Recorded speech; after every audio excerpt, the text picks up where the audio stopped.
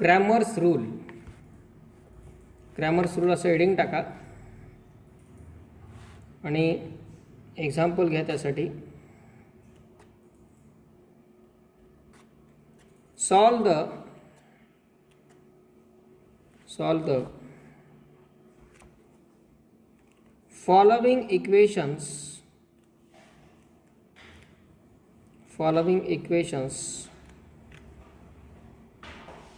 by using Cramer's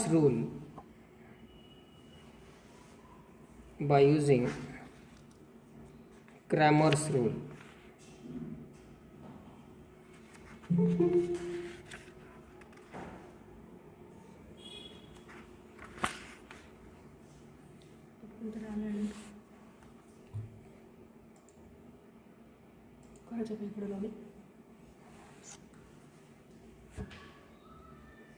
number 1 equations घ्या.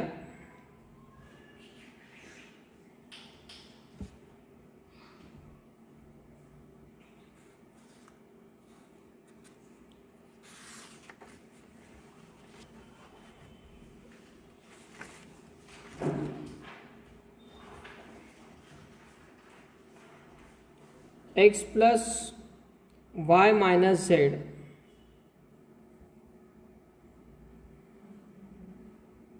equal to 1.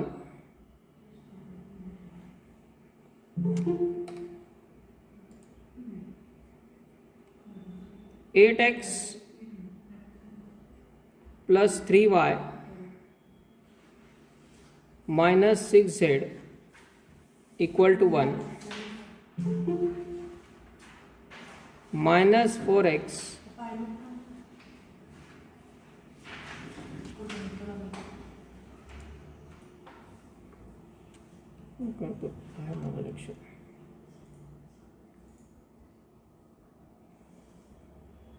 minus 4x minus y plus 3z equal to 1.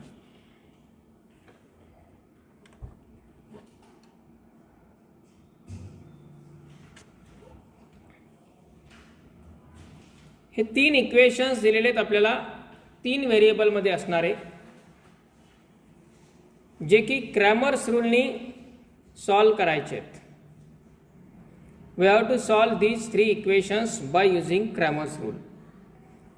आता जसं आपण 2 equations आणि 2 व्हेरिएबलसाठी Cramer's rule वापरतो, तसाच 3 इक्वेशन्स आणि 3 व्हेरिएबलसाठी क्रॅमर्स रूल वापरता येतो. यासाठी सर्व इक्वेशन्स आधी स्टँडर्ड फॉर्ममध्ये आहेत की नाही ते पाहायचं. स्टँडर्ड फॉर्म म्हणजे काय, तर कॉन्स्टंट सगळे राईट साईडला पाहिजेत. ते आहेत x x x, Y Y Y, Z Z Z. जे व्हेरिएबल्स आहेत ते एका विशिष्ट क्रमाने पाहिजेत, एक्स वाय झेड. ओके. आता यामध्ये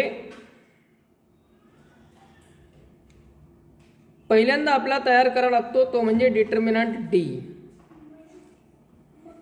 determinant D it is the determinant of coefficients. हा डिटर्मिनंट तयार करत असताना प्रत्येक इक्वेशन मधल्या सर्व व्हेरिएबल्सचे आपल्याला फक्त कोएफिशियंट घ्यायचे आहेत. यासाठी हे कोएफिशियंट्स घेत असताना एक्सचा कोएफिशियंट काय इथे,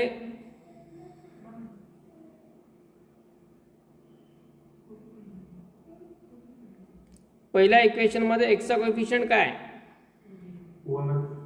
1.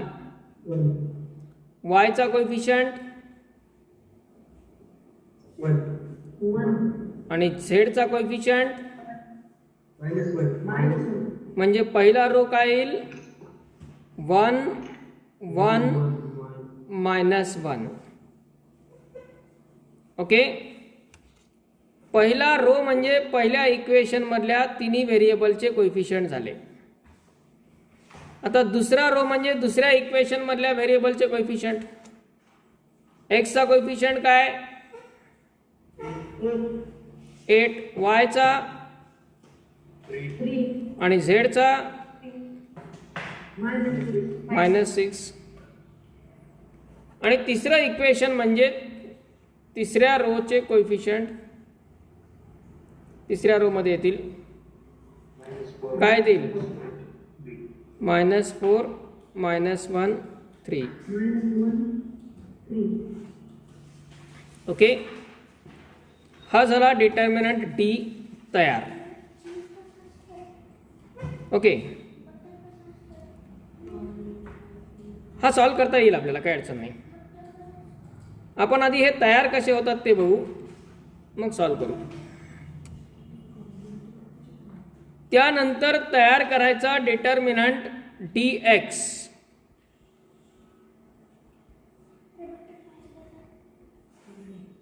आता डी एक्स कसा तयार होणार, तर हा जो डिटर्मिनंट डी आपण तयार केलेला आहे त्याच्यामधला एक्सच्या कोएफिशियंटचा कॉलम काढून टाकायचा. एक्सच्या कोएफिशियंटचा कॉलम काढून टाकायचा आणि त्याच्या जागी इक्वेशन मध्ये राईट साइडला असलेल्या कॉन्स्टंटचा कॉलम लिहायचा. म्हणजे 1 8 -4 त्याच्या जागी काय येणार 1 1 1. ओके. डी एक्स तयार करत असताना एक्सच्या कोएफिशियंटचा कॉलम काढून टाकायचा आणि त्या जागी कॉन्स्टंटचा कॉलम म्हणजेच 1 1 1 येणार. बाकीचे दोन कॉलम ॲज इट इज 1 3 -1 -1 -6 3 दोन column as it is. Got this dx. dx कसा फाइंड करायचा कळलंय. त्यानंतर dy.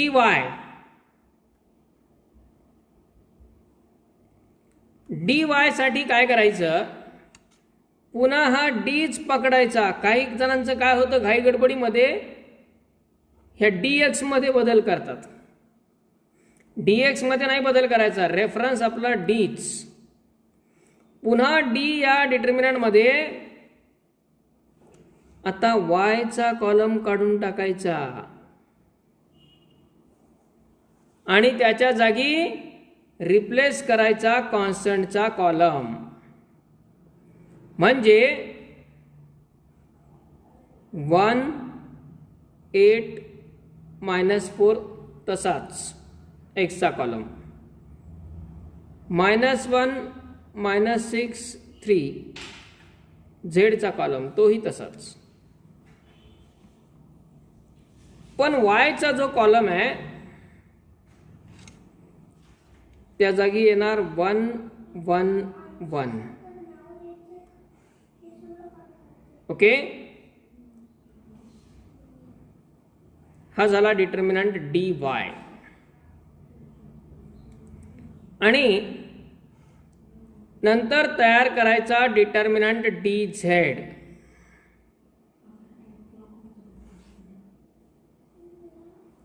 आता डी झेड तयार करण्यासाठी काय होणार, मग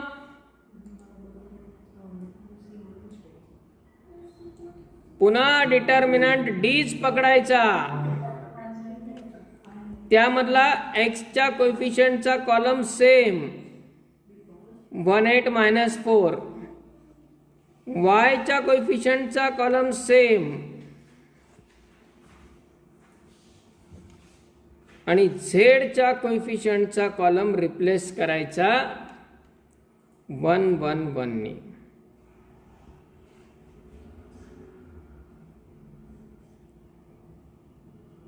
हा झाला डी झेड. ओके. असे 4 डिटर्मिनंट तयार होतील. Determinant D, D x, D Y, D Z. या चारही डिटर्मिनंटच्या व्हॅल्यूज फाइंड करायच्या, हे डिटर्मिनंट इव्हॅल्युएट करून. ओके. आता आपण हे डिटर्मिनंट इव्हॅल्युएट करू. First determinant D. first element as it is 1 in bracket, त्याचा रो कॉलम स्किप केला, 3 into 3 9, यांचं चिन्ह सेम आहे, -6 बरोबर. त्यानंतर सेकंड एलिमेंट, त्याचं साइन चेंज, -1, त्याचा रो कॉलम स्किप केला, 8 into 3 24, -4 into 6, यांचं साइन सेम आहे म्हणजे मायनस येणार, -24. आणि शेवटचा एलिमेंट ॲज इट इज तो -1 आहे, -1च राहणार, त्याचा परत रो कॉलम स्किप, 8 into -1 -8, आणि यांचं चिन्ह अपोजिट आहे,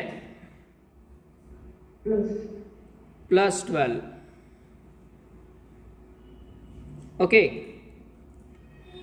पुढे कॅल्क्युलेशन, 9 - 6 आणि 3 multiplied by 1,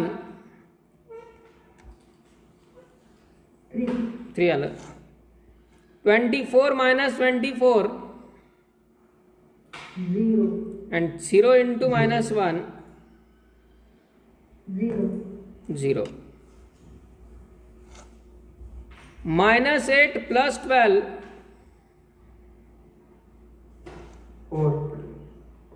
4 आणि 4 into -1 -4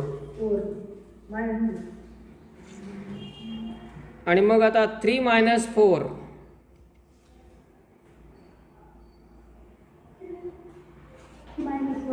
-1. डिटर्मिनंट डी याची व्हॅल्यू आली -1. ओके, त्यानंतर आता आपण फाइंड करणार dx, हा डिटर्मिनंट इव्हॅल्युएट करणार. dx साठी पहिला एलिमेंट 1 ॲज इट इज, त्याचा रो कॉलम स्किप करा, रो कॉलम जर स्किप केला, 3 into 3 9,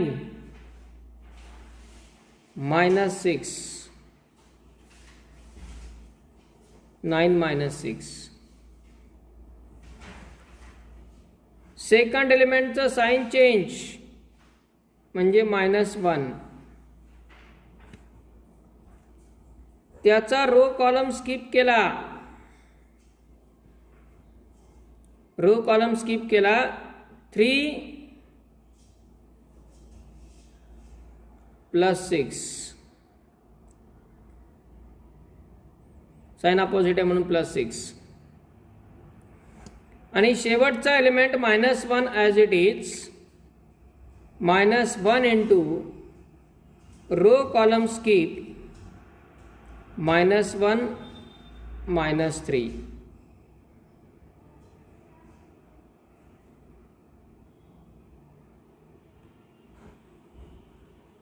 okay, equal to 9 - 6, 3 into 1 म्हणजे 3, 3 + 6 9, 9 into -1 -9.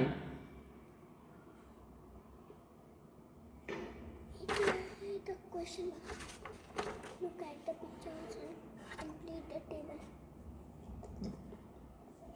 स्टार किती आले त्याच्यात? 1 2 3 4 5 6 6 लिहायचं.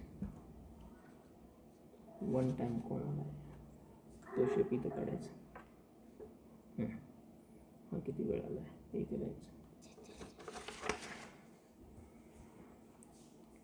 -1 -3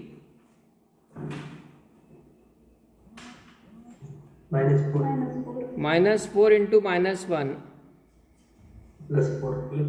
plus 4 equal to 3 plus 4 म्हणजे 7 आणि 7 minus 9 म्हणजे -2. तो झाला dx.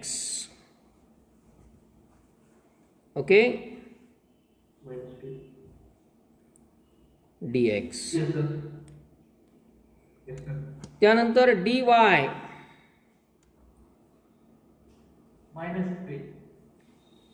dy 1 into bracket row column skip 3 plus 6 second the sign change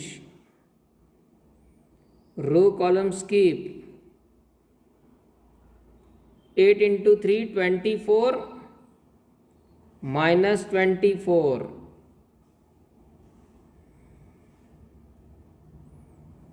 आणि last -1 into row column skip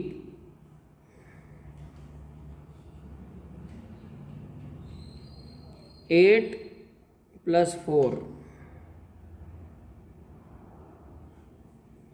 equal to 3 plus 6 म्हणजे 9 into 1 9 24 minus 24 0 म्हणजे सेकंड टर्म 0 आली. 8 plus 4 म्हणजे 12 तो आला -12 आणि मग lastly 9 minus 12 -3 9 minus 12 is -3. okay,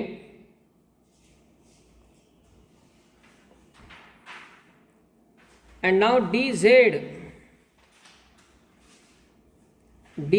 equal to first element 1 as it is,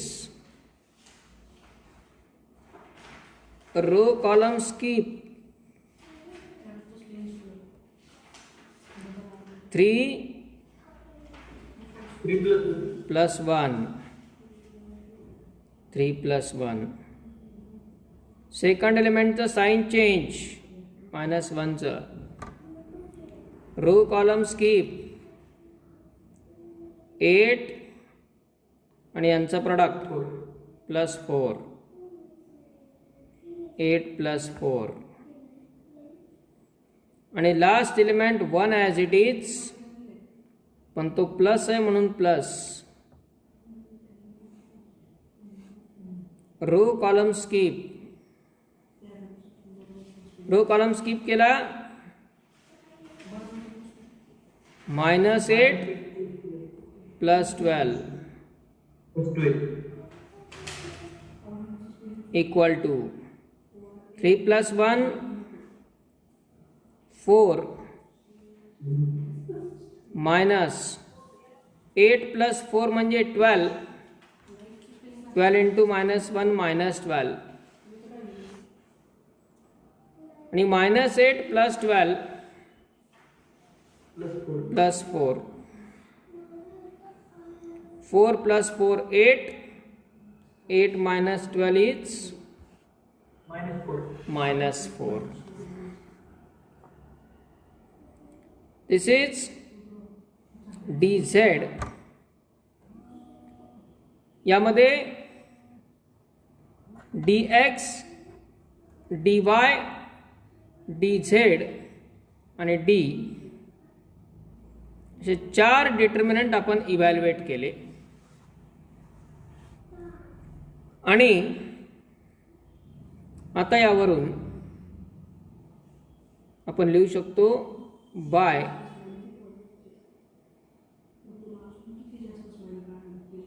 Cramer's rule.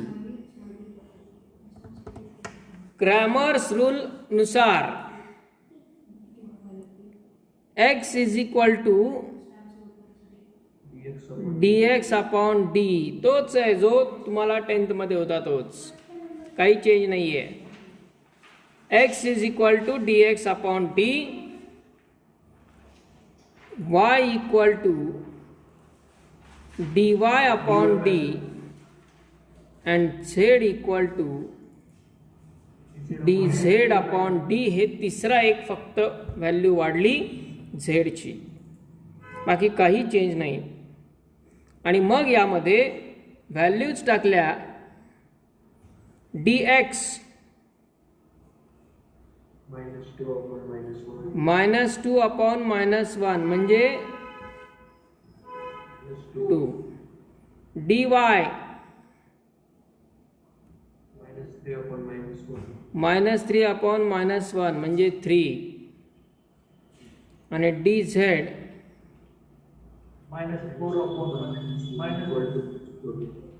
-4 upon -1 equal to 4. म्हणजेच x equal to 2, y equal to 3 and z equal to 4 is the required solution of these given equations.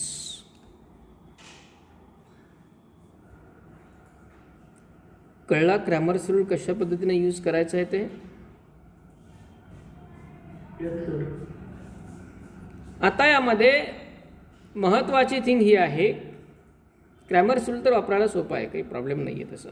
फक्त determinant evaluate करताना काळजी घ्यावी लागणार प्रत्येक ठिकाणी, कारण एक जरी व्हॅल्यू चुकली तरी हे पुढचं सगळं सोल्युशन आपलं चुकणार आहे. मग हे आपलं आलेलं ॲन्सर बरोबर आहे की नाही हे कसं चेक करणार बरं? कसं चेक करणार? एक्स वाय आणि झेडच्या ज्या मिळालेल्या व्हॅल्यूज आहेत त्या व्हॅल्यूज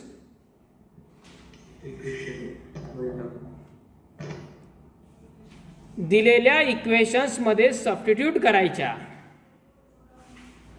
आणि जर या व्हॅल्यूजनी तीनही इक्वेशन सॅटिस्फाय झाले, तिन्ही सॅटिस्फाय होणं गरजेचं आहे.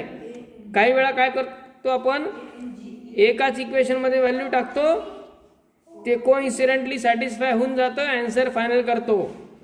नाही, आपल्याला तिन्ही इक्वेशन मध्ये टाकून बघायचे आहेत. समजा पहिल्या इक्वेशन मध्ये टाकली आणि सॅटिस्फाय नाही झालं तर याचा अर्थ हे आन्सर चुकीचं आहे. पण जर सॅटिस्फाय झाली, केअरफुली लक्षात घ्या, या व्हॅल्यूज टाकून जर पहिलं इक्वेशन सॅटिस्फाय झालं तर याचा अर्थ हे आन्सर फायनल नाही, दुसरं पण चेक करावं लागेल, ते पण सॅटिस्फाय व्हायला पाहिजे, तिसरं पण चेक करावं लागेल, तेही सॅटिस्फाय व्हायला पाहिजे. जेव्हा तिन्ही सॅटिस्फाय होतील इक्वेशन, तेव्हा हे आन्सर करेक्ट आहे असं आपण म्हणू शकतो. म्हणजे चेक कसं करायचं? पहिलं इक्वेशन काय? X plus y minus Z, LHS घेतली, त्यामध्ये एक्सच्या जागी 2 टाकला, वायच्या जागी 3 टाकला, झेडच्या जागी 4 टाकला. 2 + 3 5, 5 - 4 1. बघा राईट साइड 1च आहे का? Yes sir. हे इक्वेशन सॅटिस्फाय झालं. असंच दुसरं इक्वेशन चेक करायचं, असंच तिसरं इक्वेशन चेक करायचं.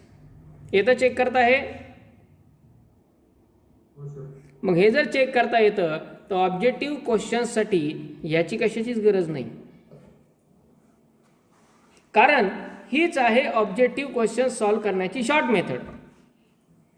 जर आपल्याला या टाईपचा क्वेश्चन विचारला, फाइंड द सोल्युशन, म्हणजे हे इक्वेशनचं सोल्युशन विचारलं, तर हे आपण सोडवत नाही बसायचे. ऑब्जेक्टिव्हसाठी काय करायचं? एक एक ऑप्शन पकडायचं, एक एक ऑप्शन पकडायचं. समजा हे पहिलं ऑप्शन आहे, हे ऑप्शन इक्वेशनमध्ये टाकून बघायचं. तर या ऑप्शननी तिन्ही इक्वेशन सॅटिस्फाय झाले तर हेच आपलं आन्सर.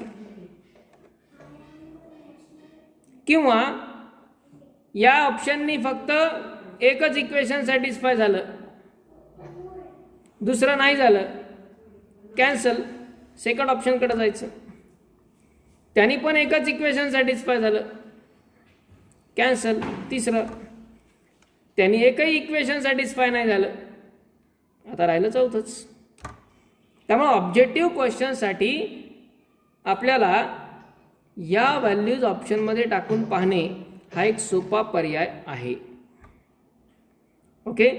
त्यामुळं डिस्क्रिप्टिव्हली तुम्ही ज्या वेळी क्वेश्चन सोडवत आहेत त्यावेळी एक काम करायचं, आलेलं जे आन्सर आहे ती बरोबर आहे की नाही ते चेक करून पाहायचं. सगळ्या इक्वेशनमध्ये व्हॅल्यूज टाकून पाहायच्या. त्याचे दोन फायदे आहेत.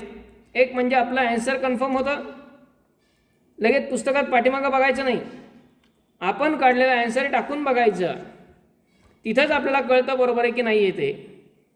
नसेल तर नेमकी कुठं मिस्टेक झाली आहे ते चेक करायचं. ओके, राईट डाऊन दिस.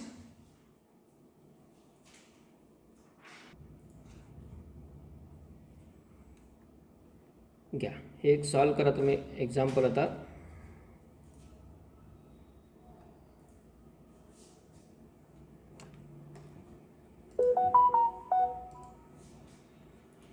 इक्वेशन्स दिलेले आहेत.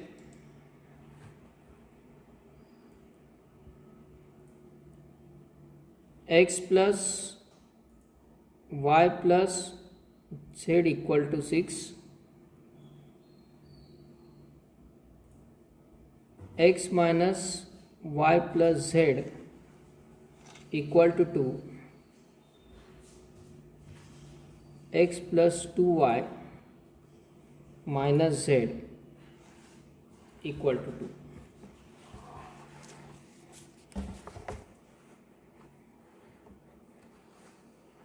हे सॉल्व करायचं आहे तुम्ही. आता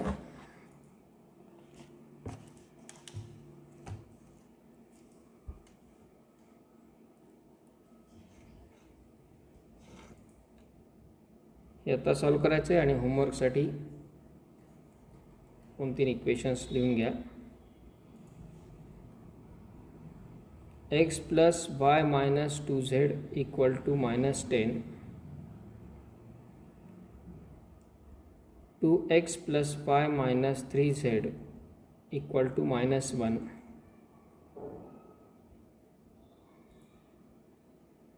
4x plus 6y plus z equal to 2,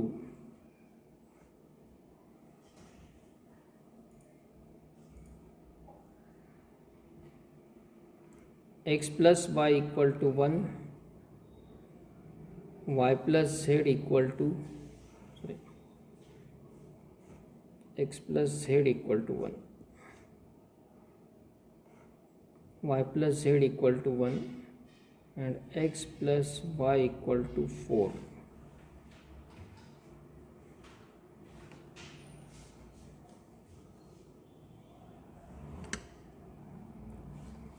And one more.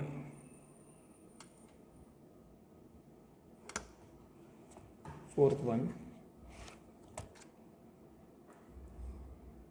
Minus 2 upon x minus 1 upon y minus 3 upon z equal to 3, 2 upon x minus 3 upon y plus 1 upon z equal to minus 13, 2 upon x minus 3 upon z equal to minus 11.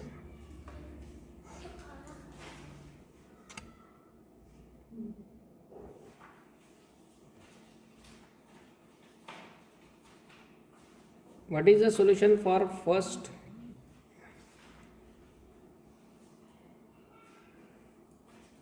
X equals to 1, y equals to 4, z equals to 3.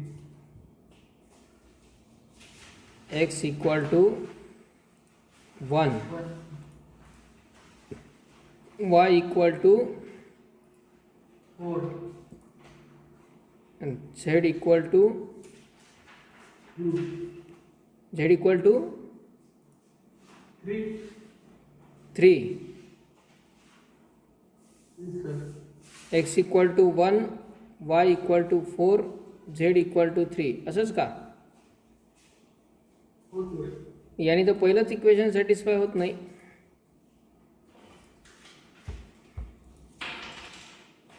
बघ ना याच्यामध्ये टाकून X plus Y plus Z तिघांचं addition 6 यायला पाहिजे. येतंय का?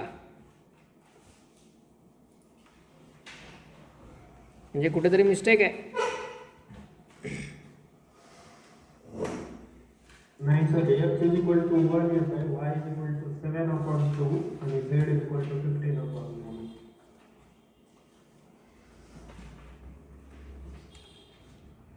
X equal to 1, y equal y to is equal to 7/2, z equal to 15/4. 15/4. Yes. नाही बघा, व्हॅल्यूज टाकून इक्वेशन सॅटिस्फाय होत नाही.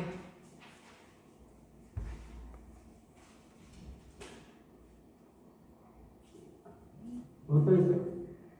हां, कसं होणार आहे? पूर्णांक फ्रॅक्शन कुठल्याच याच्यामध्ये नाही आहे. तिघांचं ॲडिशन 6 येते. हां, LCM घेतल्यानंतर फ्रॅक्शन जात नाही.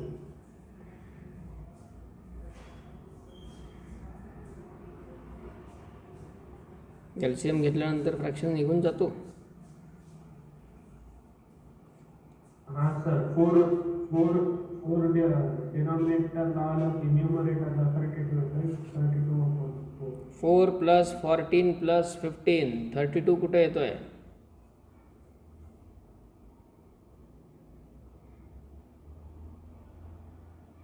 $33 येतोय.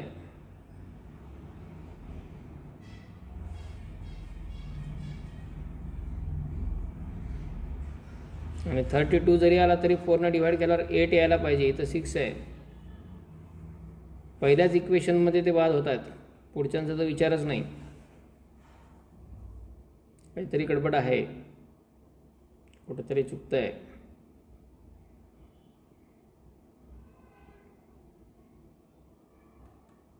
x is equal to 1, y is equal to 2, and z is equal to 3. x equal to 1, y equal to 2, z equal to 3.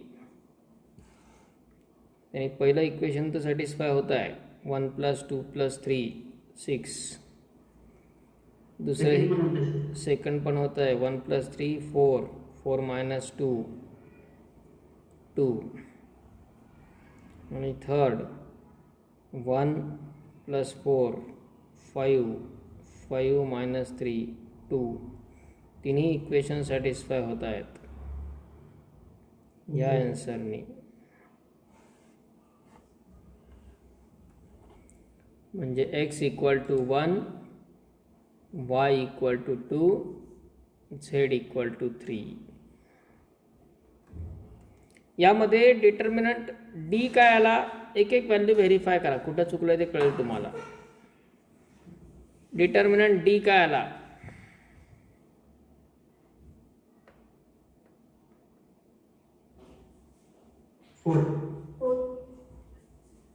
4. Determinant D 4 आलाय का?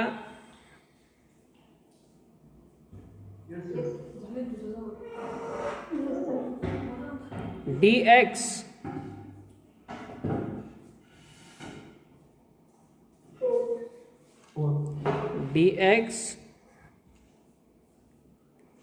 4. dy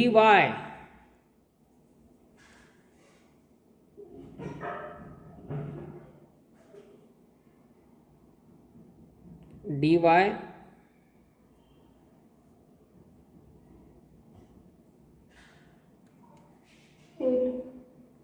8.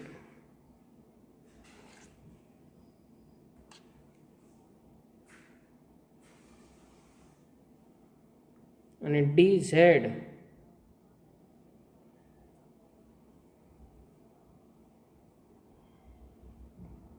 dz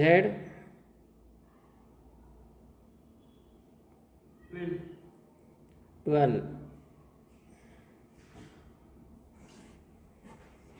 बघा या व्हॅल्यू येत आहेत का किंवा याच्यातली कुठली व्हॅल्यू चुकती येते. आणि कॅल्क्युलेशन फार काही डिफिकल्ट नाही आहे. डिटर्मिनंट डी तर यायला काही प्रॉब्लेम नाही याच्यात. आणि 1 आणि 2 एवढ्याच संख्या आहेत. मोठ्यात मोठी संख्या 2 आहे आणि लहानात लहान -1 आहे. 1 आणि 2 याच्यापेक्षा वेगळी संख्याच नाही आहे. आणि dx dy dz जरी गृहीत धरले तरी मोठी संख्या 6 आहे. मग खूप काही कॉम्प्लिकेटेड कॅल्क्युलेशन नाही येणार त्याचं.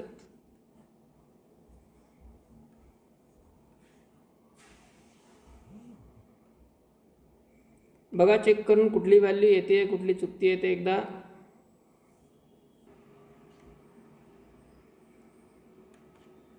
क्वेश्चन नंबर 2, 3 आणि 4 साठी पाहता. 2 तर काही प्रॉब्लेम नाही, 2 सरळ मार्गी आहे. 3 मध्ये प्रत्येक इक्वेशनमध्ये 2-2च व्हेरिएबल दिसत आहेत. इथे x आणि z आहेत, इथे y आणि z आहेत, इथे x आणि y आहेत. म्हणजे प्रत्येक ठिकाणी एक एक व्हेरिएबल गायब आहे. त्याचं काय करायचं असतं बरं?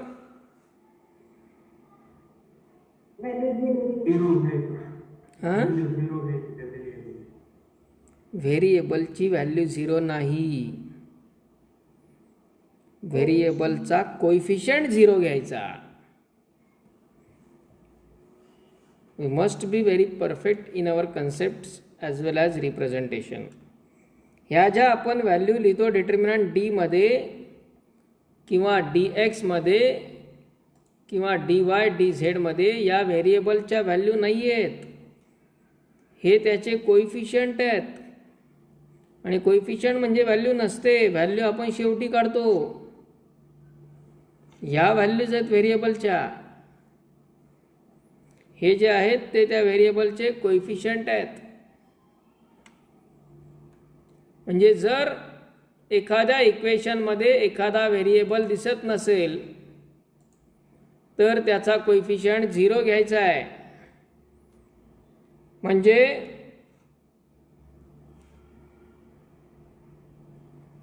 या थर्ड क्वेश्चनसाठी मला तुम्ही डिटर्मिनंट डी काय येईल सांगा फक्त, म्हणजे तुमचा आन्सर परफेक्ट राहील. डिटर्मिनंट डी काय येणार? x चा कोइफिशियंट 1, y आहे का त्यात? मग y चा कोइफिशियंट आणि z चा कोइफिशियंट 1. ओके. सेकंड इक्वेशनसाठी सेकंड रो, सेकंड इक्वेशनमध्ये x आहे का? मग त्याचा कोइफिशियंट y चा कोइफिशियंट आणि z चा कोइफिशियंट. थर्ड इक्वेशन मध्ये x चा कोइफिशियंट, y चा कोइफिशियंट आणि z आहे का त्यात? z चा कोइफिशियंट 0.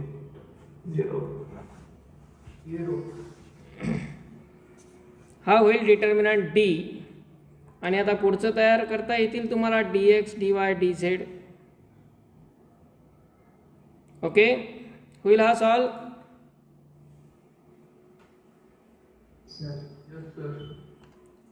आणि हा जो फोर्थ क्वेश्चन आहे याच्यामध्ये काय करणार?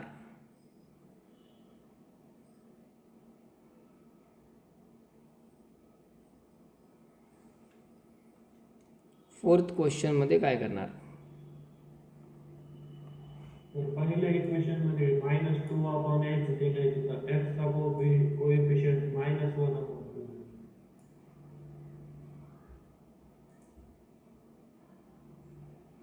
नाही.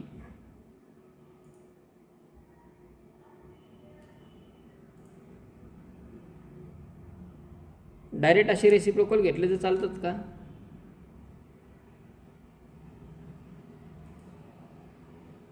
नाही. मला सांगा 2 + 3 + 4 = किती? नाही. 9. मग 1/2 + 1/3 + 1/4 = 9च येणार का? नाही. बरं 1/9 तरी येईल का? नाही. मग चालतं का असं डायरेक्ट रेसिप्रोकल घेतलेलं? नाही. काय करावं लागेल मग यामध्ये? दोन व्हेरिएबल मल्टिप्लाय केले.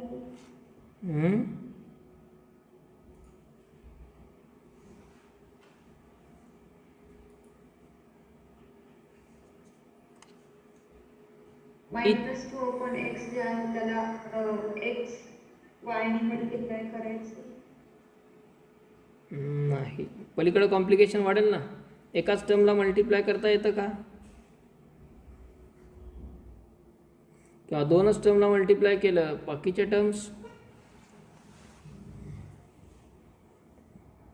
ते लिनियर राहणार नाही इक्वेशन. यामध्ये प्रत्येक इक्वेशनला एक्स, वाय आणि झेड हे डिनॉमिनेटरला आहेत. हा जो -2 अपॉन एक्स आहे त्याला आपण -2 × 1/x असं लिहू शकतो का? हो सर. बरोबर आहे. येस. त्यानंतर हा तर -1/y आहे. -3 अपॉन झेडला आपण -3 × 1/z असं लिहू शकतो का?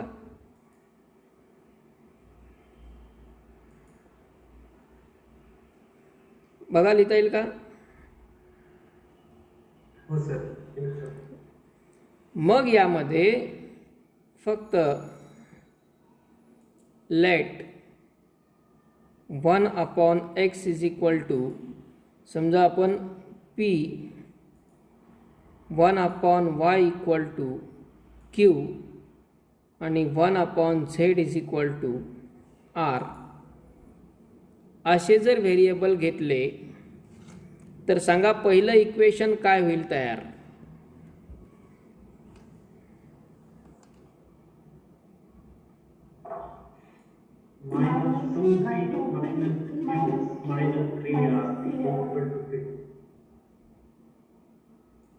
बरोबर आहे, कारण -2 × 1/x -2 × p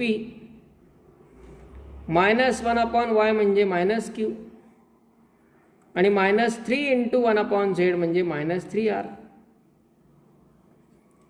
दुसरं इक्वेशन काय होईल?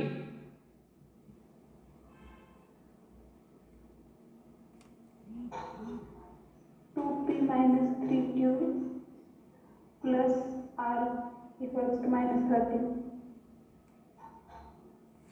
2p - 3q + r = -13. आणि तिसरं इक्वेशन काय होईल?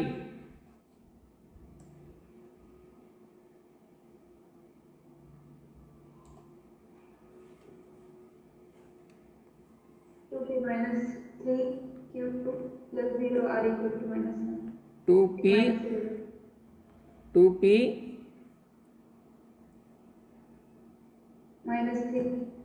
-3 r, कारण याच्यात q नाहीये म्हणजे y नाहीये. y नाहीये म्हणजेच q चा कोएफिशियंट 0 आहे. 2p - 3r = -11. आणि आता हे 3 इक्वेशन बघा, आपल्या नेहमीच्या या इक्वेशन सारखे दिसत आहेत का? गेलं ह्याचं कॉम्प्लिकेशन सगळं निघून.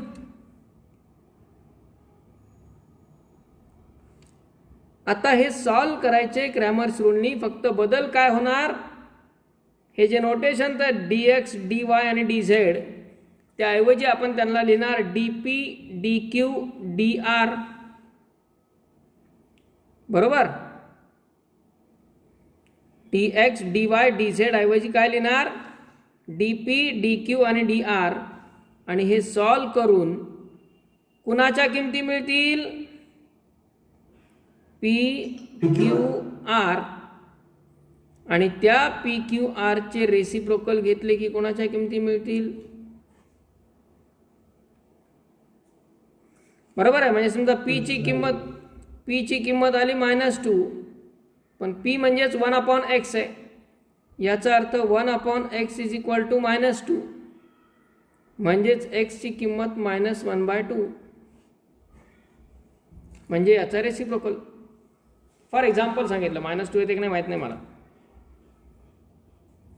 येते लक्षात, हो होईल हा सॉल्व मग. हो सर.